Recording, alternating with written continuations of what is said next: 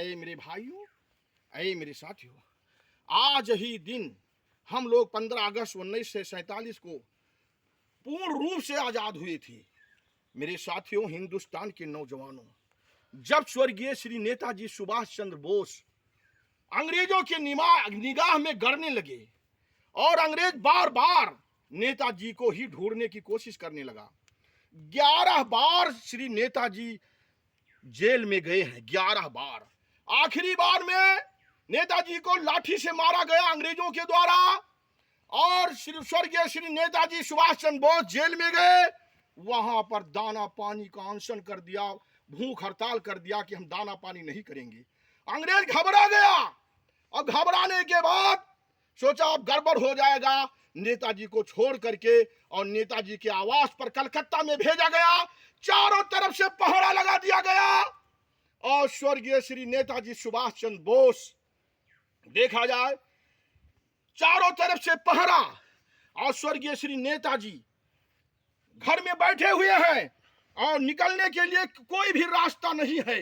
लेकिन एक महिला उधर से आती है और सज बज करके पूरा पोशाक जनानी भेष में और नेताजी सुभाष चंद्र बोस के घर में जाती है और आधा घंटे के बाद वही पोशाक धारण करके स्वर्गीय श्री नेताजी सुभाष चंद्र बोस निकल जाते हैं और अंग्रेज को चकमा दे करके फिर बाहर विदेश जाते हैं। वहां पर आजाद हिंद फौज साजते हैं और धीरे धीरे स्वर्गीय श्री नेताजी बोलते हैं, तू हमें खून दो, हम तुम्हें आजादी देंगे।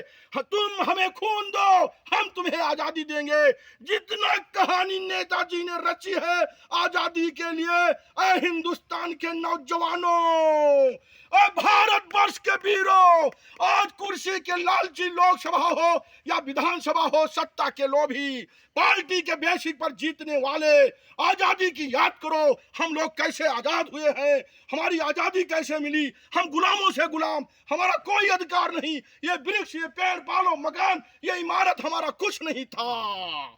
लेकिन क्रांतिकारी नेताओं ने जिस तरह से अपना खून पसीना बहाया, आखिरी सांस तक लड़ाई लड़ी, काफी मर मिट गए, नाजायज मारे गए, लेकिन आजादी हमारी हासिल हुई तो क्रांतिकारी नेताओं के बदौलत, स्वर्गीय श्री महात्मा गांधी के चरखे से जागरूकता प्राप्त हुई।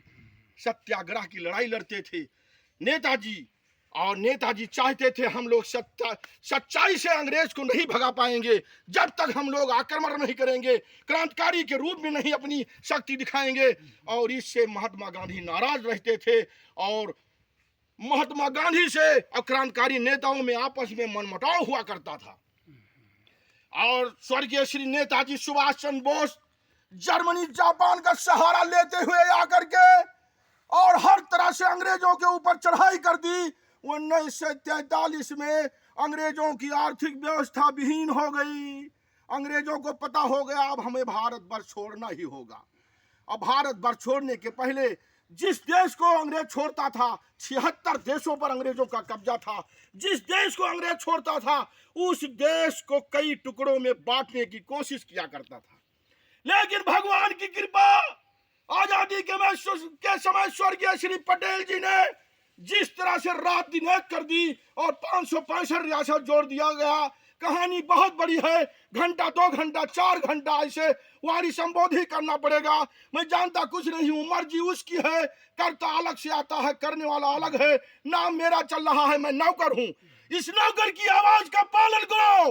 भारतवर्ष के हिंदू जाग जाओ, अपनी आजादी के दिन को मत भूलो और क्रांतिकारी नेताओं को दिन प्रतिदिन ऊंचा दर्जा दे करके उनको हमेशा याद करो। उन्हीं के द्वारा हमें आपको ऊर्जा प्राप्त होती है। जय हिंद, जय भारत।